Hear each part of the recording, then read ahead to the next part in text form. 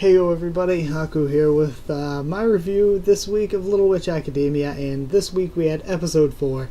Now, this one was pretty much a parody of Twilight fans, I guess, but it was really funny. I enjoyed it.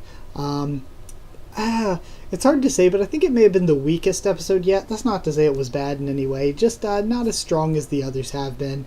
But I'll go through it part by part and talk about it.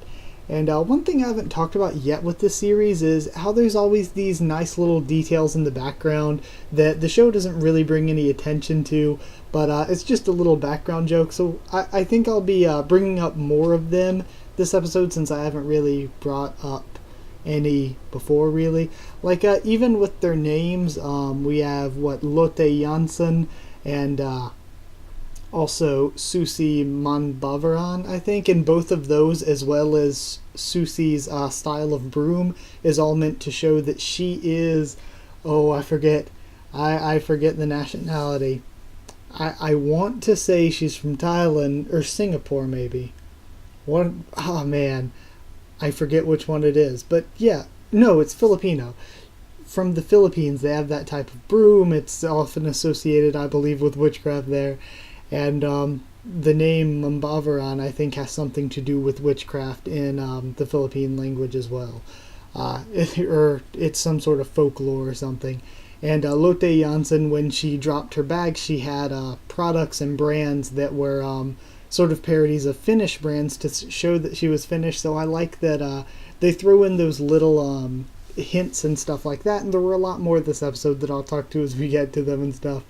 Starting at the beginning, we have Latte talking about this release event, and she's really excited, which we haven't really seen from her yet in the TV show. She's talking to someone by the username of GreatBen810, and then we cut in the morning to the, after the opening sequence, of course, the three of them, the, of course, main trio of Latte, Susie, and Akko, are in trouble for Akko stealing a tart, and of course there's Badcock Sensei, which, just that name, it seems like they have a good grasp on English at Trigger, because they have a lot of things animated, like with English words and stuff, and it's pretty much all grammatically correct and everything. So I just find it funny. Do they know they're making sort of a joke by calling her Badcock? I don't know. It's just, I do find it funny.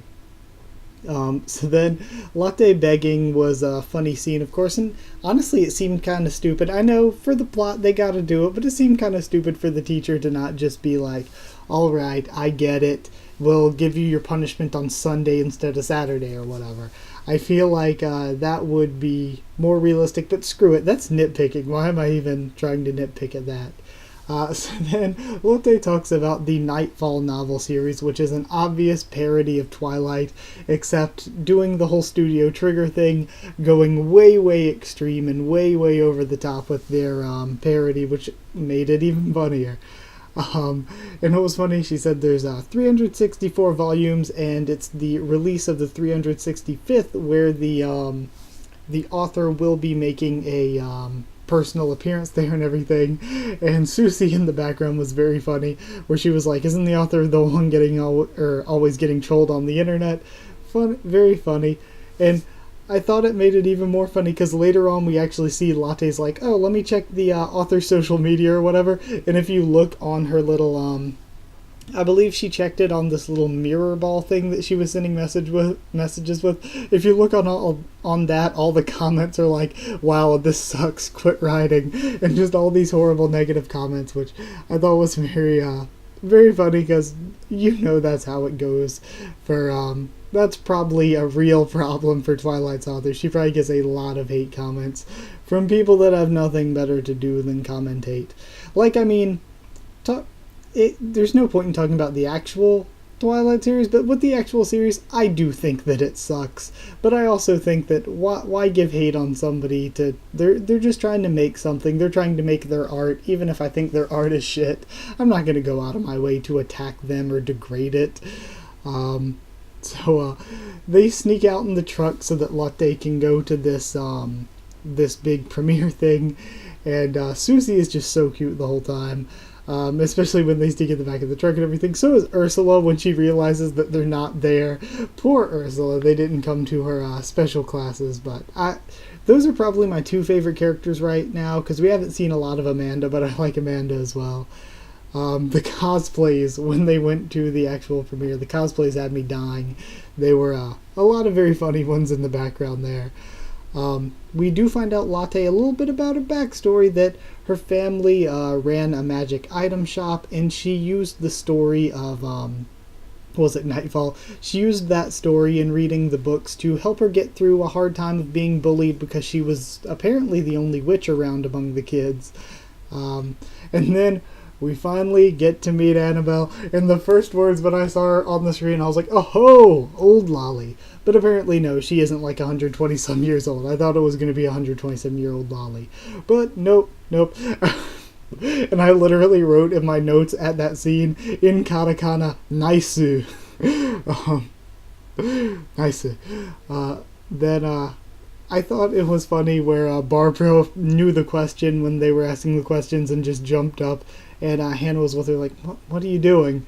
And then as well, Latte answering all the questions was really funny, because they're just, all the stuff in the series is just crazy off-the-wall parodies of bad novel writing, so I did think it was very funny. Then, especially the end, the very, very specific question at the end was funny. And now Latte is the 13th Annabelle, apparently. She inherits the pen from the 12th, and she must now write the series or it will stop. So they go off, because Latte, of course, doesn't want to be Annabelle. She doesn't want to be spoiled if she's the one writing the story, so they go off to look for the real Annabelle. And Susie finding mushrooms the whole time was really funny. Really, like I said, just Susie in the background making smart, like, snide comments every time somebody was trying to enjoy something I thought was funny. Then we have, we actually find Annabelle, and all the negative comments she's getting has made her want to quit. And then Lotte, of course, fangirls and gets her spirits back up. But Lotte's descriptions of the stuff she wrote, just so funny.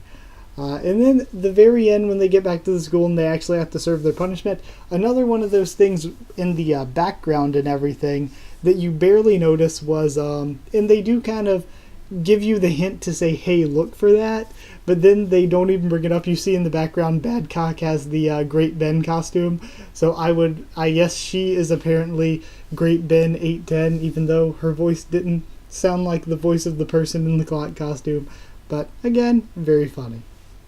And another one of those little things hidden in the background that you just gotta look for, and it's really nice that they throw in there. Another thing like that was that I saw somebody else bring it up actually before. Hannah and Barbara are their names, which may be a reference to the Hanna-Barbera animations way back in the day.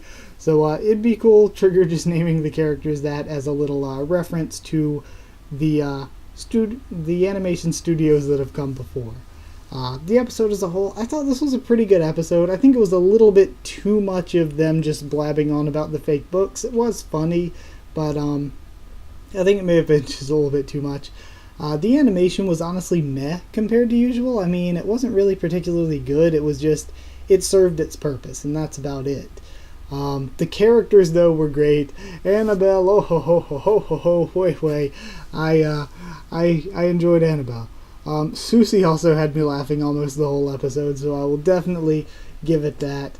And for a score, I do think it was above average for sure.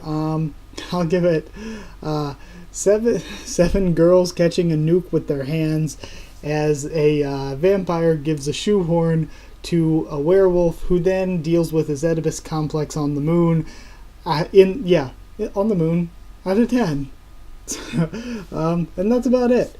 So 7 out of 10. I hope you guys enjoyed the video. I will be back with my review of the next episode next week, of course.